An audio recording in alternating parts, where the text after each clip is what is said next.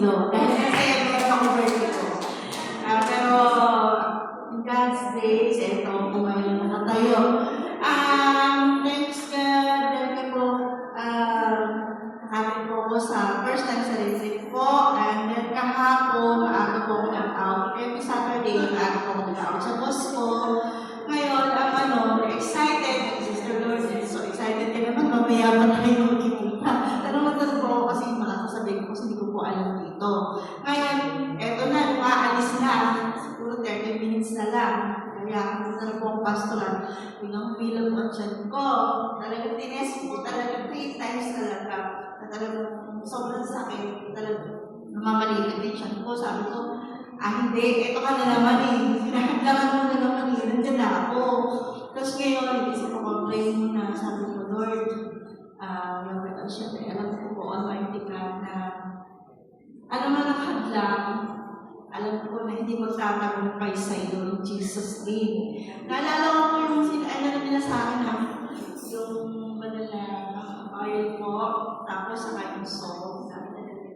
Sabi ko, yun nga, pagpahit ako sa ganito na ganyan, tapos nalilito ko yung brother. Kasi naman po, hindi ko nilagay sa pusod ko.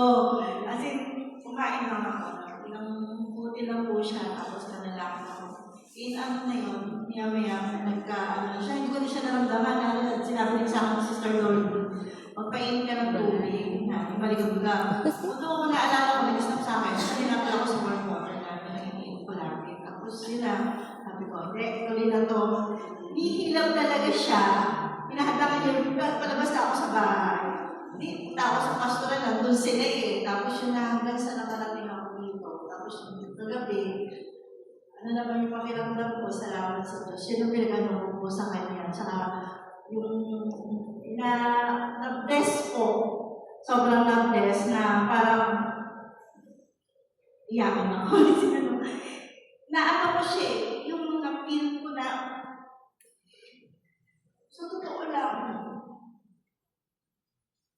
Kaya ako na, parents, pero eto, nakatayo, hindi ako naman mag-asa sa Lord, ikaw lang. Wala na lang akong magulang dito sa mundo, alam ko ikaw lang. Kasi lahat temporal lang. Magulang, asawa, lahat tayo temporal. Dito, mawala din tayo sa mundo. Pero ang tiwala, andyan pa rin. Kaya panatilihin natin yung word natin. Nanahimik ako dito. Tapos yung kanina, about sa yung binasa. Iba yung naging sa akin. Yung pagpikit ko, parang ang daming tao. Na parang sa malulit. Sabi ko parang, hindi mo ba nila ako? Hindi ba sila ng ilaw? Lumabas ba silang lahat? Sabi ko, yun ang piling. Sabi ko naman, hindi sabi ko, Lord, at yan, hindi mo ko itiwan. Sabi ko, ano man? Sabi ko, alam mo si Lega, yan, nagkabalatan ako ni Lega, pero piling ko nga, Lord. Tapos na ako yung binasa namin. Iba yung nakita ko pa, ang liwanag dito siya. Na parang, ayan siya, nandun siya, manatinig ka sa kanya. Alam ka, kulangan mo sa sarili mo na hindi ka pag-note talaga. Hindi ka pa talaga talaga. He knows sa salita ng Diyos, kulang ka pa, manatinig ka sa kanya. Yun ang nag-isa sa akin, yun ang natinig ako. Thanks God. Thank you, Lord, sa lahat po ng biyaya tanggap para sa pamilya ng protection lahat. Kaya papasalamat sa Panginoon. Amen.